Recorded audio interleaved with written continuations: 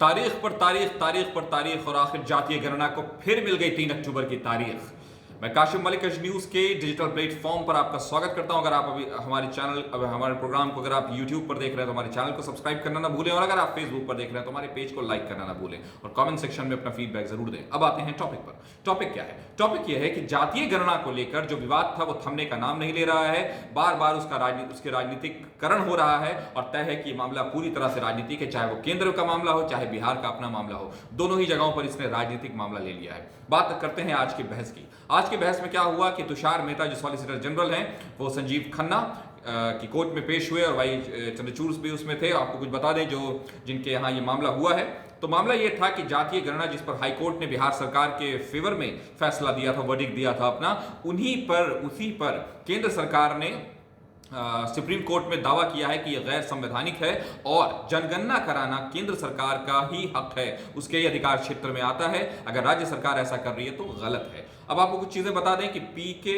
जो तुषार मेहता हैं, जो कि सॉलिसिटर जनरल हैं सेंट्रल गवर्नमेंट के, उनका यह कहना था कि यह संवैधानिक यानी कॉन्स्टिट्यूशनल और जो इलीगल यानी कि गैर कानूनी तरीका है इसके बिल्कुल। लेकिन हाईकोर्ट का जो आदेश था वो आप सुनिए। हाईकोर्ट ने कहा था कि ये बिल्कुल राज्य सरकार जो है वेलफेयर के लिए कर रही है, लोक कल्याणकारी कदम है, इसमें किसी भी तरह के विवाद की आवश्यकता नहीं है और राज्य सरकार का फैसला बिल्कुल सही है। चूंकि राज्य सरकार के जो अधिवक्ता हैं पीके शाही, उन्होंने कोर्ट में अपना जो पहलू जो उनका जो पक्ष था वो रखते हुए उन्होंने कहा था कि ये इसलिए सरकार करवा रही है कि सरकार को उस तबके के बारे में जानना है, उसकी आर्थिक स्थिति जाननी है, जो वंचित तबका है, जो कमजोर तबका है, तो वो हम कैसे जानेंगे? वो हम इसी तरह से जानेंगे क्योंकि ये जनगणना नहीं है, ये गणना है। और बार बार जो केंद्र सरकार है वो सुप्रीम कोर्ट में इसको जनगणना कहती हुई नजर आ रही है। अब आते हैं थोड़ा सा राजनीतिक पक्ष पर।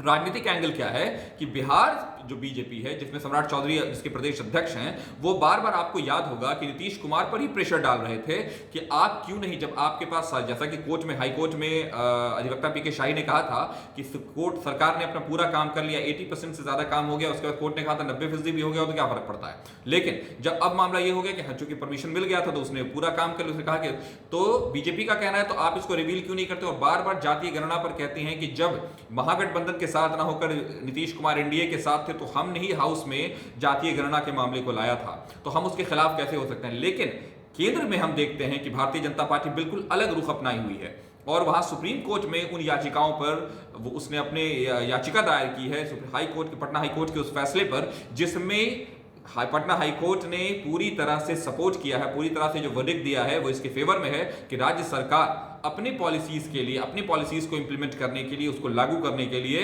इस तरह की गणना जो है वो करा सकती है, ना कि जनगणना।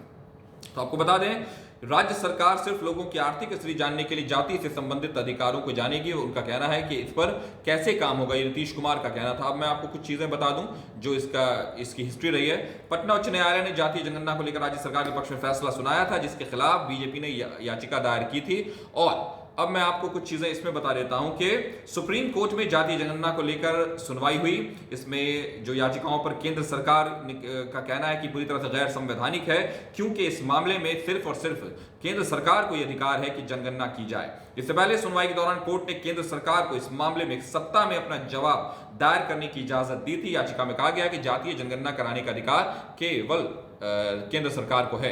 लेकिन राज्य सरकार का आपको याद होगा अधिवक्ता ने क्या कहा था। अधिवक्ता ने कहा था कि किसी भी प्रकार का सेंसस नहीं है, ये कास्ट सेंसस हो सकता है, जातीय जनगणना ना होकर गणना है, शब्दों का फेर है। लेकिन बहरहाल मामला यह कि उनका जो मकसद है, इंटेंशन है, तेजस्वी यादव ने भी कहा था कि हम तभी समझ पाएंगे कि कौन सा तबका कितना जरूरतमंद है और किसकी कितनी आवश्यकताओं को पूरा होना चाहिए।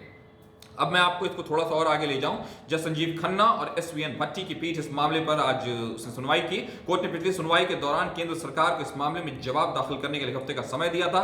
सॉलिसिटर जनरल तुषार मेहता ने जो अपनी जवाब पेश किए वो ये था, उन्होंने कहा कि ये अनकॉन्स्टिट्यूशनल यानी कि असंवैधानिक है, और दूसरी तरफ उन्होंने कहा ये गैर कानूनी भी है, यानी कानून की नजर से भी ये किसी भी तरह से मुनासिब नहीं है। तो मामला ये होता है कि फिलहाल जो मामला हुआ 3 अक्टूबर फिक्स कर दिया गया है डेट को।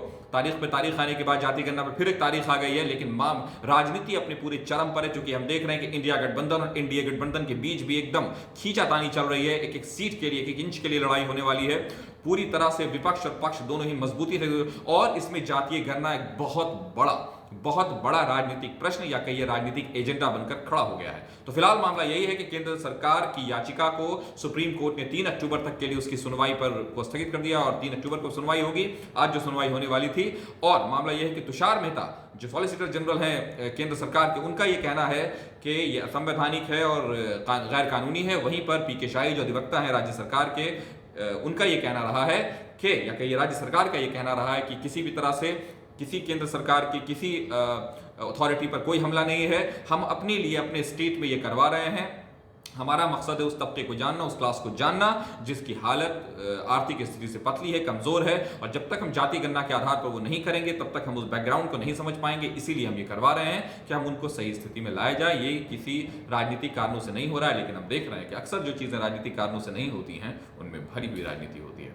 बने रहिए कश न्यूज के साथ, हम आपके सामने खबरों की छड़ियां लगाते हैं।